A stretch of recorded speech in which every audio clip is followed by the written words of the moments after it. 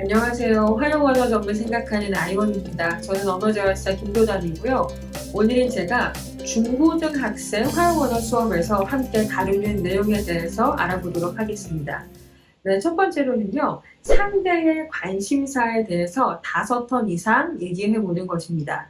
저와 함께 활용 언어 수업을 하고 있는 중고등학생의 대부분은 현재 ADHD와 고기능 ASD를 같이 가지고 있거나 혹은 어렸을 때 ASD를 진단을 받았으나 그 이후에는 그 성향이 많이 없어져서 이제는 진단 없이 이렇게 지내고 있는 경우가 많이 있는데요.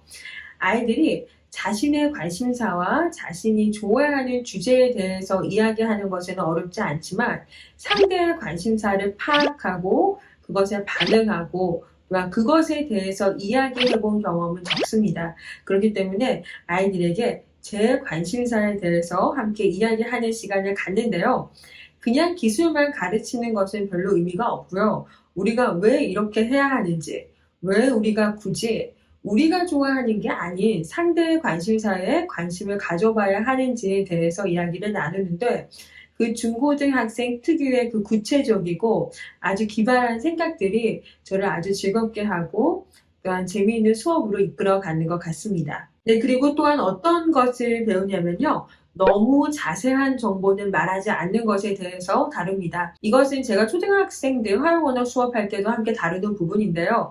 특별히 자폐 스펙트럼을 가지고 있는데 고기능형인 친구들의 경우에는 자신이 알고 있는 정보를 모두 토시 하나 빼놓지 않고 다 전달해야 한다는 생각이 있습니다. 그렇기 때문에 너무 자세하게 자신의 정보를 전달을 하는데 그것이 어느 정도가 적정한 선인지에 대해서 함께 이야기를 나눕니다. 네, 두 번째로는요. 대화 상대자에 따라서 자신의 의사소통을 조율하는 것인데요.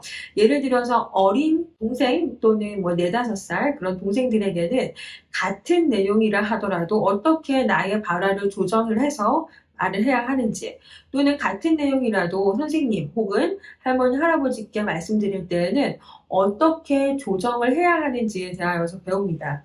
특별히 저와 함께 중어를 수업하고 있는 한 학생은 어린아이에게 설명하는 게 어렵다고 해요. 왜 그러냐면 자신이 가지고 있는 어휘를 이 아이의 어휘 수준에 맞게 이렇게 조정해서 이야기하는 것이 어렵다고 해서 그 부분을 함께 수업을 하고 있는데요. 이렇게 활용 언어라는 것은 상황 문맥에서 또는 대화 상대자에 따라서 자신의 의사소통을 유연하게 조정해야 할 수 있기 때문에 대화 상대자를 고려한 수업을 함께 진행을 합니다. 네, 그리고요. 이 활용 언어는 사실 사회성과 직결이 되어 있죠. 그래서 친구들에게 안부를 물을 때에 어떠한 질문들이 적절할지, 또한 어떠한 질문들은 조금 친구가 부담스러울 수 있고 적절하지 않은지에 대해서도 함께 이야기를 나누는데 한 고등학생 친구가 친해지고 싶은 친구가 생겨가지고 처음 보는데 뭐 안녕 안녕 하고 바로 너 생일은 언제야? 이렇게 물어본 거죠. 뭐 사람마다 생각하는 게 다를 수 있지만 그 친구는 살짝 당황했다고 해요. 그 질문을 받은 친구가요. 그래서 제가 그 생일과 같은 거는 조금 더 친해진 후에 물어봐도 괜찮지 않을까 이러한 대화를 나누는 겁니다. 그렇다면 처음 만났을 때는 어떠한 대화가 좀 좋을까? 뭐 예를 들어서 너는 뭐 어디 학교 다녀? 또는 너는 뭐 버스 어디에서 타? 예를 들어서 같이 이렇게 막 전화 온 친구라면 그런 것들을 이제 물어볼 수가 있겠죠. 그리고 또 하나는 무엇이냐면요. 정보 전달 시에 충분한 정보를 제공을 하는 것입니다. 앞전에는 친구들이 너무 세세하게 정보를 전달하는 경우도 있고요. 때로는요. 정보를 너무 불충분하게 전달하는 경우가 있습니다. 그 이유는 자신이 머릿속에 생각했던 것을 말했다고 생각하는 경우도 있고요. 또는 저와 그 친구가 그 경험을 함께 공유하지 않았음에도 간략하게만 설명해도 제가 이해할 거라고 생각하는 경우가 있기 때문인데요. 그렇기 때문에 정보 전달 시에 경험을 같이 한 사람에게는 어느 정도의 정보의 양이 적당한지, 예를 들어서 그 경험을 함께 하지 못한 사람에게는 더 충분한 정보를 제공해야 함을 함께 배웁니다. 그리고 아이들과 함께 저는 어떤 이야기를 나누냐면요. 이런 얘기를 나눠요. 나는 왜 친구들이랑 이야기하는 게 어려울까? 또는 나는 발표는 쉬운데 왜 쉬는 시간에 대화하는 게 좀 어색할까? 이러한 질문에 대해서 충분하게 같이 생각해보고 고민해보고 그리고 친구들이 겪었었던 일들도 들어보고 또 제 이야기를 하기도 하는 시간을 함께 갖습니다. 제가 이렇게 사회성 수업을 하면서 가장 중요하게 생각하는 것은요, 지금 앞전에 말씀드린 모든 대화 기술보다도 친구들이 주체성을 가지고 나에게 의사소통에 어려움이 생겼을 때 내가 시간이 오래 걸리더라도 내가 이거를 다룰 수 있고 조금씩 해결할 수 있는 사람이야 라는 인식을 갖는 것입니다.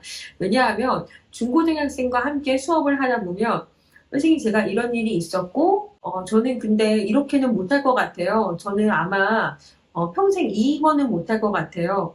이렇게 자신을 판단하는 경우가 많이 있습니다. 그런데 제가 친구들과 함께 얘기하는 것은 우리가 분명히 오랜 시간이 걸리고 많은 회기가 반복되겠지만 그 안에서 우리가 우리의 문제를 조금씩 해결해 나갈 수 있고 또한 네가 그렇게 해결할 수 있는 주체성을 가지고 있다는 그 마음의 용기를 심어주는 것이 중요하다고 생각을 합니다. 네, 제가 오늘 아주 짧게 몇 가지만 아이들과 함께 수업하는 어떤 대화 기술에 대해서 나누었는데요. 만약에 중고등학생과 함께 활용 언어 수업을 하고 계시다면 아이들과 대화의 기술에 대해서도 이야기하지만 아이들이 정말 유치원에서부터 지금까지 오기까지 겪었던 모든 의사소통의 어려움들 또는 아이의 발달 과정에 있어서 큰 이슈가 됐었던 일들에 대해서 함께 이야기해보면서 아이의 어려움에 함께 공감하고 또 그 사건들을 다시 한번 이야기해보면서 그 과거의 이야기를 해보는 것이 현재의 의사소통을 증진시킬 수 있는 아주 중요한 키들이 많이 담겨 있으니까요. 그 이야기를 다시 꺼내는 것이 조금 버거울지라도 힘들지라도 재활사와 또한 학생들이 그 안에서 보물을 찾는다는 마음으로 다시 그 어려움이 있었던 그곳에 함께 마음으로 생각으로 말로 가보시기를 권유를 드립니다. 네, 오늘은요 이렇게 짧게 여러분과 함께 중고등학생 활용 언어 수업에 대해서 나눠 보았습니다. 더 궁금한 사항이 있으시다면 댓글로 남겨주시기 바랍니다. 비가 많이 오는데요. 모두 좋은 하루 보내시고 안전한 하루 보내시고요. 저는 또 다음 영상으로 찾아뵙겠습니다. 감사합니다.